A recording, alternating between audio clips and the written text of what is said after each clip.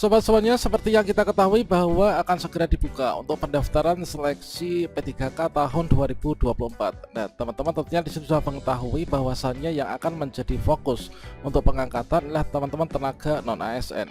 Nah, di sini bagi teman-teman yang mungkin saja ini adalah untuk bagi guru honorer ya, bagi guru honorer yang kita itu masih terbayang-bayang kita itu tidak masuk dalam pendataan non ASN atau enggak masuk dalam database BKN, dan juga kita masih terbayang-bayang apakah Pemda kita ini membuka cukup formasi ataukah tidak sesuai dengan linearitas ijazah kita. Pada video ini kita akan berbagi update informasi terbaru, yaitu bagaimanakah kira-kira nasib guru honorer yang hanya terdaftar di Dapodik namun kita tidak masuk dalam database BKN, apalagi untuk formasi di daerah kita ini cukup sedikit ya. Nah, kira-kira masihkah ada peluang untuk kita bisa diangkat menjadi ASN P3K Guru 2024? Silahkan simak video ini sampai selesai. Namun sebelum kita lanjutkan, perlu saya ingatkan, bagi teman-teman yang mungkin baru saja menemukan channel ini, silakan klik tombol subscribe-nya dan aktifkan notifikasi loncengnya, sehingga nanti jika ada update video terbaru, kalian tidak akan ketinggalan informasi. Baiklah sobat-sobatnya, di sini sekaligus kita akan membantu menjawab pertanyaan dari teman-teman di kolom komentar, yang salah satunya ini dari Mas Aziz.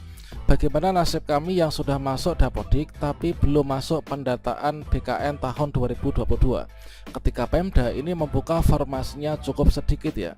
Nah, di sini nanti kita akan mencoba untuk melakukan pemaparan ya dari berbagai macam sumber yang nanti akan bisa bermanfaat untuk kita supaya bisa tetap optimis dan juga bersiap-siap untuk bisa ikut seleksi P3K 2024 teman-teman.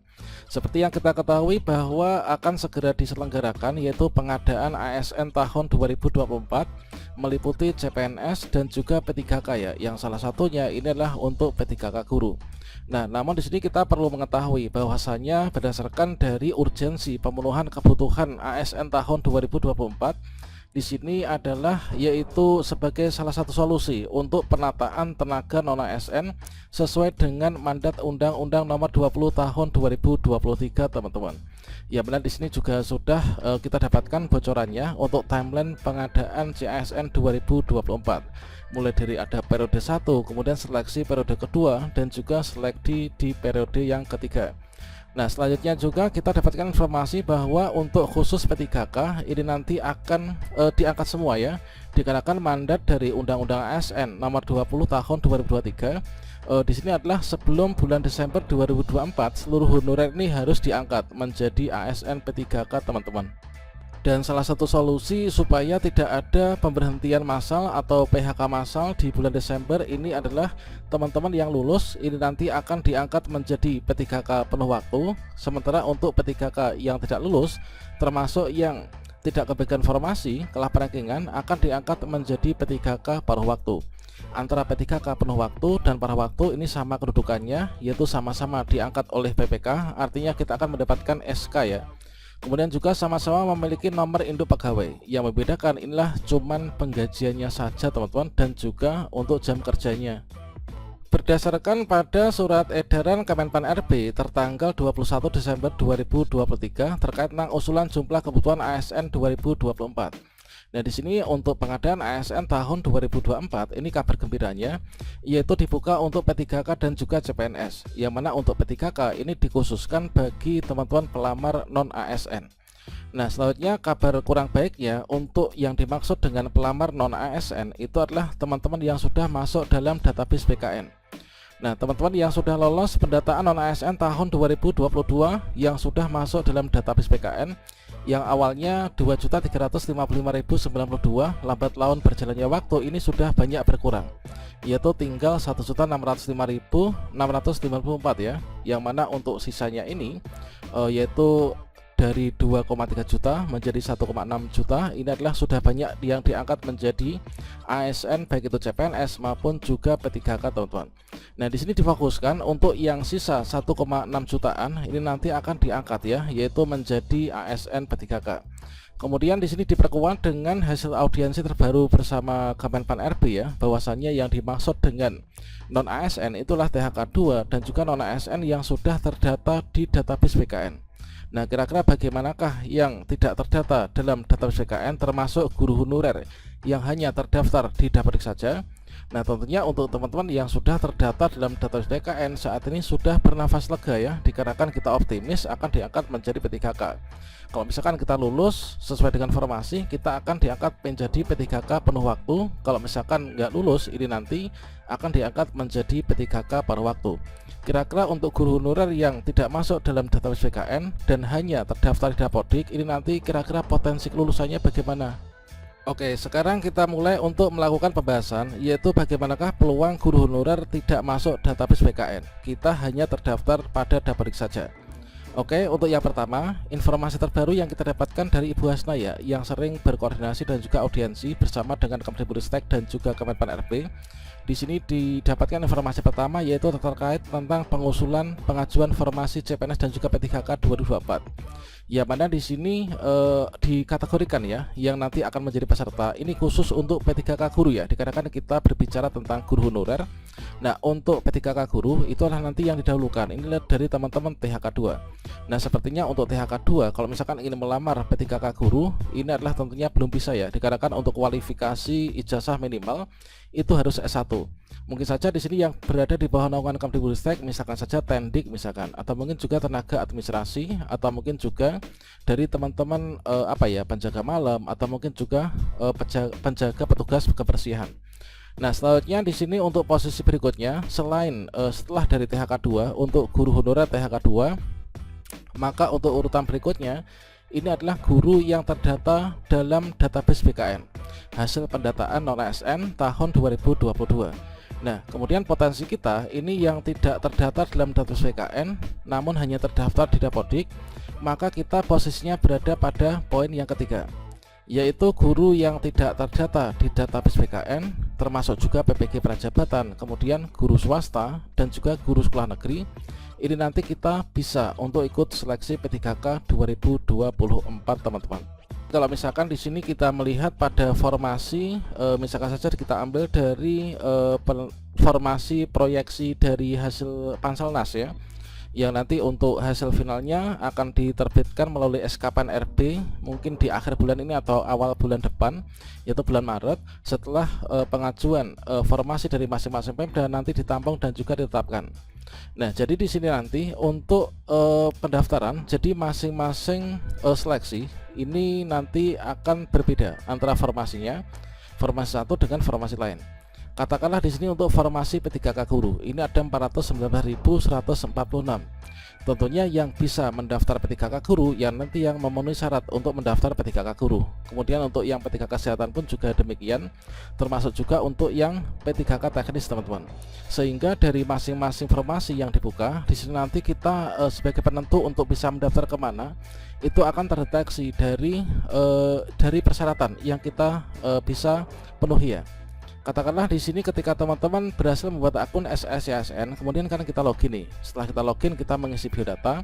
Kemudian kita masuk ke tahap kedua, yaitu memilih jenis seleksi, dan berikutnya di sini berdasarkan dari nomor induk kependudukan kita ini akan bisa memilih formasi. Apakah di sini kita formasi yang P3K guru, ataukah formasi yang CPNS daerah, atau mungkin juga CPNS di pusat. Kemudian apakah kita masuk ke P3K teknis ataukah kita bisa daftar di P3K kesehatan. Nah, tentunya di sini untuk teman-teman guru honorer ini nanti kita akan mendaftar yang di formasi P3K guru ya, yang di sini.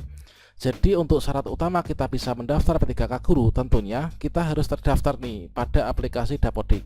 Atau mungkin juga teman-teman yang nggak terdaftar Dapodik, ini nggak masalah, yang penting memiliki sertifikat pendidik ya, baik itu PPG Prajabatan maupun juga dalam jabatan. Kalau misalkan kita dapatkan informasi terbaru ini, tentunya guru honorer yang tidak masuk dalam database BKN ini nanti juga bisa mendaftar di P3K guru 2024. Mengapa demikian? Seperti hal yang kita telah bahas pada video sebelumnya, yaitu perlu kita ketahui bahwa untuk dasar penentuan keikutsertaan dalam P3K Kemdikbudristek, misalkan P3K guru, ini adalah kita itu terdaftar di Dapodik. Jadi kita terdaftar di Dapodik nanti akan bisa mendaftar. Nah, selanjutnya di sini nanti akan terbaca seperti ini. dari data Dapodik yang kita miliki, ini nanti kita mendaftar P3K guru, sehingga kita bisa melanjutkan pendaftaran. Nah, untuk Dapodik ini adalah bisa guru honorer maupun juga guru swasta. Sedangkan untuk yang non Dapodik ini adalah teman-teman dari lulusan PPG Prajabatan ya, atau mungkin juga PPG dalam jabatan. Nah, selanjutnya yang kedua, untuk persebaran jumlah tenaga non ASN di database PKN, tentunya di sini berbeda ya antara satu daerah dengan daerah yang lain. Katakanlah misalkan di daerah saya nih, daerah saya itu di tahun 2022 saja ini adalah, kemudian dari total ini sudah banyak juga teman-teman yang lulus P3K di tahun 2023, entah itu P3K kesehatan, P3K guru maupun juga di P3K teknis. Tentunya untuk jumlah tenaga guru honorer yang terdaftar dalam daftar PKN ini sudah banyak sekali yang berkurang. Nah, kalau misalkan sudah banyak berkurang, tentunya nanti jatahnya inilah untuk kita yang nggak terdaftar di database PKN. Apalagi kita sudah masuk list tadi, yaitu untuk urutan yang ketiga, teman. Nah, dari persebaran juga ini untuk tenaga non ASN misalkan, dan di sini juga tersebar. Ini bukan seluruhnya itu dari kalangan guru honorer ya. Jadi untuk kondisi tenaga non ASN itu adalah kalau misalkan di Kemdikbudristek, kemudian juga non Kemdikbudristek, ini terbagi-bagi. Nah, di sini untuk yang non Kemdikbudristek misalkan adalah untuk honorer PKN yang nakes atau mungkin teknis, ini bukan rival kita. Nah, yang menjadi rival kita ini tentunya hanya yang guru ini. Kalau misalkan di sini Tendik, ini juga bukan rival kita ya. Nah, jadi di sini katakanlah misalkan di daerah saya ini berdasarkan dari ini adalah untuk guru ya. Ini juga nanti akan diklasifikasi lagi dari guru honorer yang terdaftar dalam database PKN yang jumlahnya sudah berkurang sangat banyak dan ijazahnya pun juga mungkin mereka tuh berpencar-pencar.